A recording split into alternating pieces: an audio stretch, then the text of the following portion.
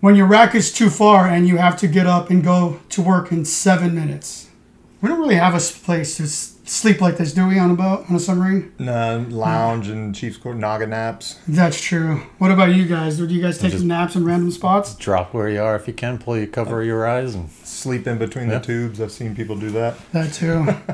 Yeah. When a submariner finds something that bothers you. That's right. What do you say? That same thing for you guys? Oh yeah. I mean, you get to a point where you're just looking for things to pick on, especially if it's somebody that you hate. Every day you're searching them up and down.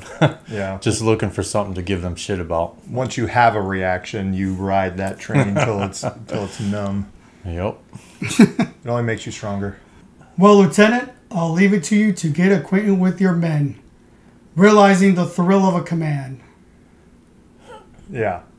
The new TSO when he meets the torpedo division is what that reminds me of. Yeah. Going down and like just not what you expected. What's an average age you would say like a new JO shows up to? What we're talking 25, 26 years old? That's exactly what I'm saying. What about for college, you guys? Yeah. Same thing? Yeah. Straight out of college? Well, no, they go to like Charleston and then Sobek. They have a little bit of... That's right. They get a couple more years over here because they got to go to nuke school and college. Yeah, that still puts them at the age you 25, 26. That's right. How old are they for you guys? Yeah, about the same because they're graduating college. And then, they've already hit their O school and everything. But then they're doing their MOS. So, I mean, same thing. They're in their early 20s. I see you buy plane tickets before getting your leave approved. I, too, like to live dangerously. All right, I've never bought tickets until my leave is approved. Granted, I put in my leave for like months ahead of time when I went to Orlando, when I went to Hawaii. You ever done anything like this? Probably rented rooms before it's actually approved, but usually like dates that is already approved leave periods, but it's still risky. What about you? I personally haven't, but dealt with plenty of Marines who, I mean, you put it out there, you got the leave dates, you got the times, and no matter how many times you emphasize it, there's always those idiots. Yeah. Well, if it changes, and then I don't think I've ever had someone come to me and say like, hey, like try to leverage that against I got to take leave because I already did plane tickets. Usually it's pretty smart. There's always one that day of, but Gunny, my flight leaves at 12, and it's like, yeah, but leave doesn't start until 16:30. Same thing, yeah. Oh, yeah. Who told you to buy a plane ticket for that time? And now it's like, well, do I like this Marine? Am I going to go to bat for him? Right. Yeah. So also sometimes like people will plan something a week after a deployment, and we all know what happens during deployments. Yep. So I always told everybody, if you go straight in the middle between deployment and deployment, that could be fair, but obviously that's not feasible sometimes.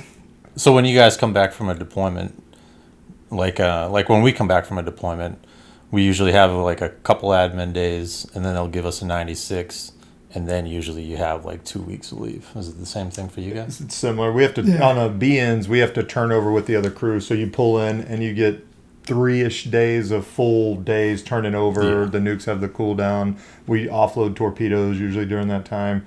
And then once the other crew relieves you, then you get your 96. But then you're back on the boat. It kind of goes back and forth. You're back on the boat helping the other crew during refit. Yeah, some people are saying, what? Yeah, painting. There's different duties. And then when you get into your pre-deployment training period, that's when there'll be a set leave period. And it used to be always scheduled around school schedules, but lately it seems like they're doing around trainer schedules. And you can't talk some of these people, and like it's fine if we have a leave in the middle of our trainers. Everything will be fine. Shipmate, can you explain why we found a bottle filled with vodka and Sprite in your sea bag? Yes, sir. I don't like the taste of vodka by itself. One Navy T that was riding from us on the Blue Crew got caught. We were in EHW, and they caught it in a sea bag, found some liquor. And then one time when we were leaving for our first patrol or underway after the shipyards, one of the chiefs, normal to him, brought Bush NA underway, and the Cobb freaked out and said, "What the heck are you doing?" And he had to take it off the boat. And he thought it was normal, like for halfway night, we drink Bush NAs, but it was kind of like, but I've never experienced, even when I was a junior sailor, like no one drinking. I'm sure it was going on around me. Right. I've never experienced it. I don't know if it's that prevalent. What is your guys' rules? So, well, I mean, on deployment, obviously no alcohol is allowed. They'd have near beer, which is, what's the point? Right. But, guys all the time get a Listerine bottle.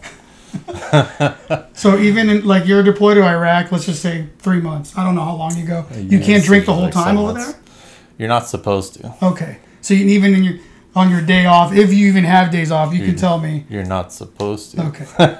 But like I said, you get a bottle of Listerine that comes, and guys are doing it. But once again, you're only screwed if you get caught. Fair enough. You will address me as my husband's rank. Everyone's met her or him. Yeah. I think everybody's staying away from this one. We'll move on. It speaks. You got a story? No.